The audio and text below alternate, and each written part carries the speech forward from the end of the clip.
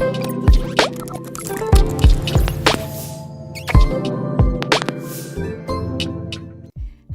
ketemu lagi dengan saya Niar Widya dari YMS Academy. Nah teman-teman, apa kabar semuanya? Masih ingat nggak pembahasan kita di video sebelumnya? Nah kalau teman-teman yang nonton hari ini tapi belum ngikutin di video sebelumnya, nah teman-teman klik di atas sini supaya teman-teman tahu pembahasan kita di video sebelumnya. Tapi teman-teman, sebelum kita mulai, jangan lupa untuk subscribe, share, and like video ini teman-teman. Karena dengan teman-teman subscribe, share, and like, ini membantu kita lebih semangat dalam menyiapkan konten dan memberikan konten yang terbaik. Oke teman-teman, di video sebelumnya kita bahas mengenai persiapan training. Bagaimana kita menyiapkan training dengan baik dan secara menyeluruh. Nah, di video kali ini teman-teman, kita akan masuk di part yang selanjutnya, yaitu adalah yang kedua nih, open well and maintain credibility. Tapi sebelum kita masuk ke pembahasan open well and maintain credibility ini, ada satu quote teman-teman yang menurut saya bagus banget dari Reinhold Messner. Beliau pernah bilang, once you lose your credibility, you can never restore it. Nah, jadi teman-teman, ketika kita kehilangan kredibilitas kita nggak akan pernah bisa membalikan keadaannya lagi. Kita nggak bisa tuh dengan sempurna, dengan baik untuk membalikan keadaannya. Nah, kalau kita bahas sedikit teman-teman sebelum kita masuk ke materi kita ya. Reinhold Messner ini adalah salah satu pendaki gunung asal Italia. Dan dia adalah orang pertama yang melakukan pendakian di Himalaya. Jadi dia yang menaklukkan Gunung Everest pertama tanpa ada suplai oksigen. Jadi dia tuh nggak bawa oksigen tambahan untuk mendukung dia naik ke puncak Himalaya itu, di Gunung Everest itu pada tahun 1980. Tapi teman-teman, apa yang membuat dia menurut saya punya kredibilitas dan itu teruji kredibilitasnya. Jadi pada tahun 1970, 10 tahun sebelum dia mendaki Gunung Everest itu, dia mendaki gunung bersama dengan adiknya, Gunther Messner. Dia mendaki, kalau nggak salah nama pegunungannya Nanga Parbat. Dia mendaki itu, dia menaklukkan gunung itu. Dan teman-teman, itu bisa dibilang sebagai keberhasilan yang tragis. Kenapa?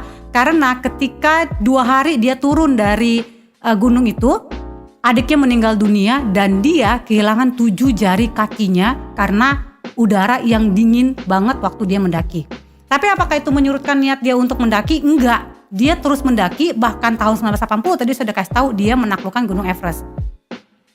Luar biasa kan teman-teman? Itulah kredibilitas yang bisa dijaga oleh Reinhold Messner. Nah, apa hubungannya sama sebuah training? Sangat berhubungan teman-teman. Sebagai seorang trainer, kita harus mampu mempertahankan kredibilitas kita. Ya, pasti teman-teman sendiri punya role model dalam dunia training. Ya, sebut saja James Kui misalnya. Atau Helmi Yahya, saya pengagum berat beliau. Ada juga Dr. Indrawan Nugroho, tuh orangnya keren banget teman-teman. Kita pasti punya role model dan pasti kenapa salah satu yang membuat kita menjadikan dia role model pasti adalah karena kredibilitasnya mereka. Nah, ini yang akan kita bahas hari ini. Bagaimana sih kita bisa membuka training dengan baik dan mempertahankan kredibilitas kita selama kita menyajikan training tapi sifatnya online, bukan offline. Oke, kita mulai teman-teman. Apa aja? Yang pertama adalah introduction.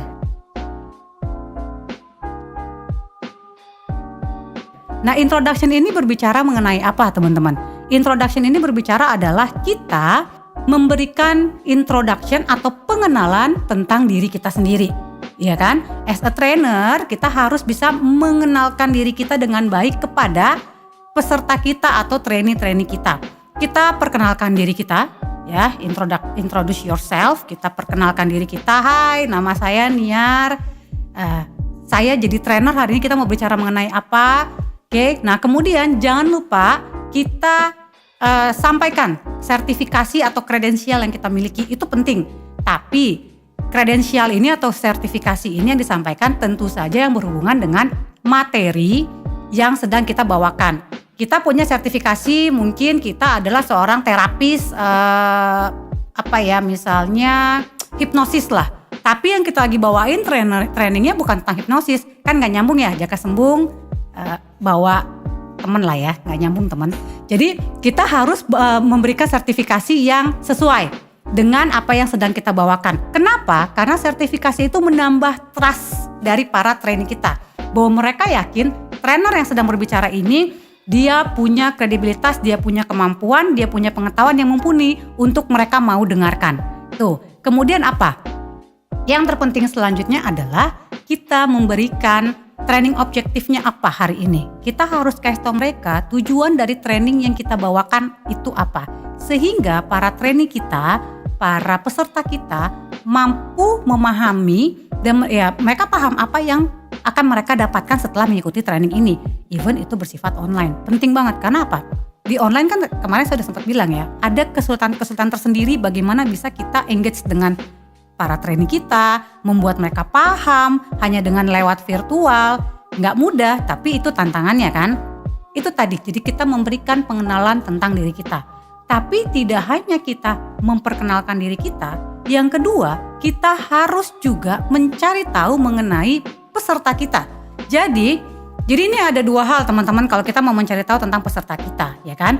Ini kita berbicara tentang apa? Apakah ini training baru di mana kita tidak mengenal para pesertanya, atau ini training di mana kita sudah mengenal para peserta kita?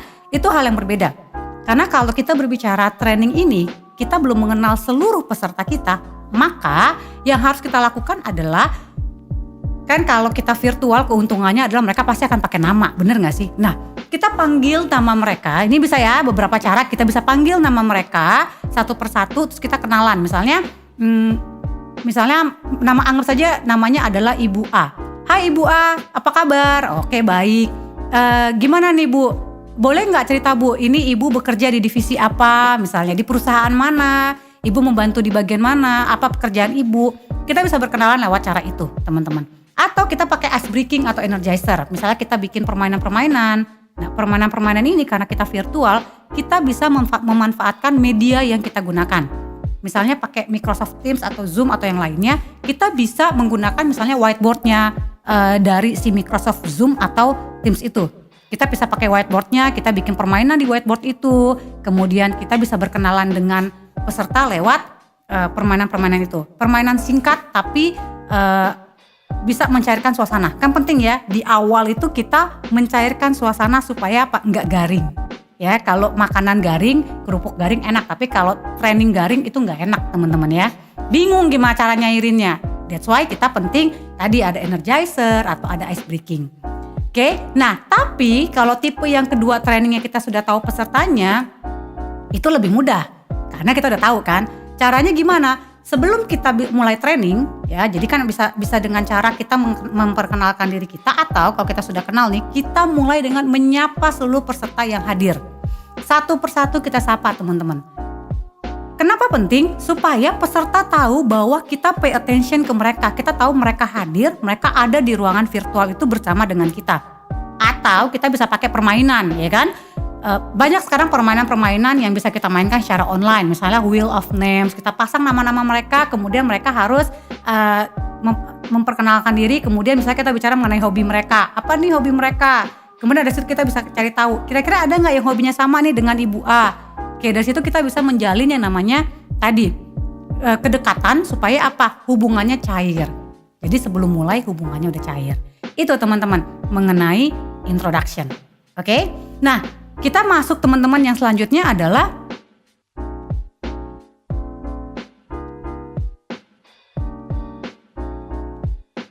nah ini yang penting teman-teman adalah bagaimana kita bisa membuat batasan-batasan dan ekspektasi-ekspektasi. Maksudnya apa?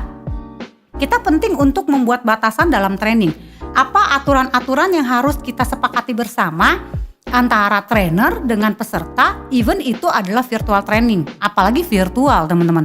Offline aja kita punya peraturan, ya kan, punya aturan, apalagi virtual. Kemudian ekspektasi, kira-kira kita sudah bisa memperkirakan apa sih yang diharapkan oleh peserta dalam training ini. Nah, jadi membuat peraturan, menyiapkan peraturan dan ekspektasi ini, kita berbicara mengenai apa? Environment teman-teman. Media dari training yang kita gunakan ini. Ya, misalnya kita pakai Teams atau Zoom, teman-teman, kita pastikan bahwa ketika kita mau mulai training ini, semua itu ada dalam webcam. Dalam arti mereka buka semua kameranya, kita bisa lihat mukanya. Kan gak asik ya kalau kita ngeliat layar hitam, ya, tak berpenghuni, terus kayak kita ngomong sendiri, ya gak sih? Kalau virtual tuh lebih enak kalau semuanya on webcam, kita bisa lihat wajahnya. Jadi secara nggak langsung tuh kayak kita merasa kita terhubung dengan mereka. Nah itu, kita pastikan semuanya itu membuka webcamnya. Itu yang pertama. Dan kemudian jangan lupa cek untuk mikrofon sama sharing screen. Karena bisa jadi kita menggunakan menggunakan mikrofon kan untuk ngomong, ya dong. Masa kita lagi training terus mikrofonnya nggak berfungsi gitu loh. Jadi pastikan mikrofon kita nyala ya, berfungsi dengan baik, dan mikrofon si peserta juga berfungsi dengan baik, teman-teman. Begitu juga dengan sharing screen. Karena bisa jadi kan kita pakai simulasi-simulasi di mana peserta mungkin harus melakukan sharing screen kan. Jadi pastikan itu berfungsi dan juga pastikan sharing screen kita berfungsi. Ya jangan sampai kita pastiin training kita berfungsi dengan baik, kitanya enggak, ya kan? Aneh ya. Nah, jadi pastikan hal itu, teman-teman.